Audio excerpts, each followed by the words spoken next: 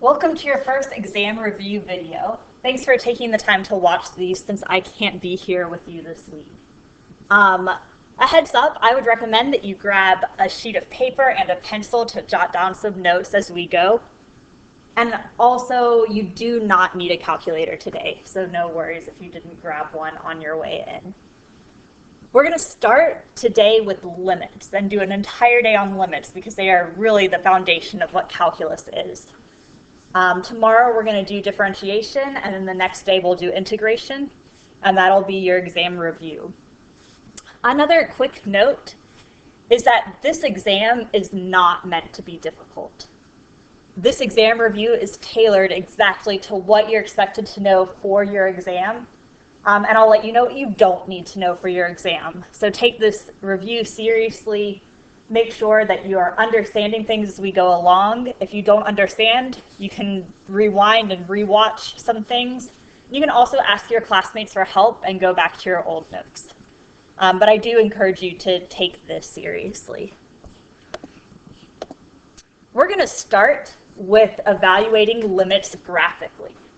Remember that the definition of a limit is that you're looking at what your y values are getting really close to as your x values approach a certain number. So you're looking at what your y values are approaching as your x values approach a certain number, a certain point. I think that in pre-calculus you probably spent the most amount of time on evaluating limits graphically. So I'm going to give you a set of limits and function values that I want you to evaluate, and I actually want you to pause the video right now and write these down and do them on your own.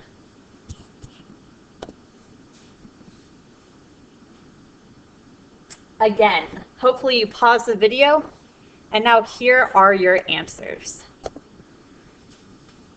Check them, make sure you understand any that you got wrong.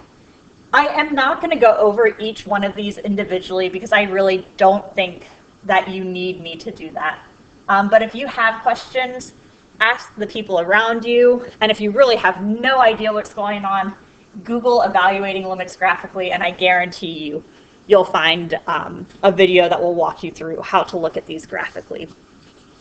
What I am going to take a look at is evaluating limits analytically.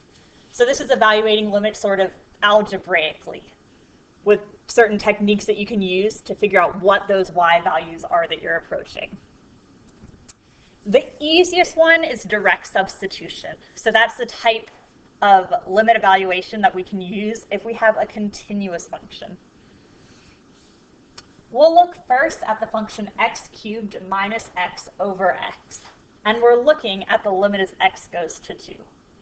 So what we're trying to do, x cubed minus x over x, is some sort of function. And we're thinking, what are those function values approaching as x approaches 2? Because this function is continuous at x equals 2, we can just plug it directly in. 2 cubed is 8 minus 2 over 2 gives us 6 over 2. Perfectly. So the limit as x goes to 2 of x cubed minus x over x equals 3. That's direct substitution. Sometimes, however, we can't use direct substitution because we have some sort of discontinuity in our function. If we have a whole, we can factor and divide out. We can remove that discontinuity. For example, if we look at the exact same function, x cubed minus x over x, but look not as x goes to 2, but as x goes to 0. Take a look here and you'll see that direct substitution doesn't work. We get 0 over 0, which hopefully you remember is an indeterminate form.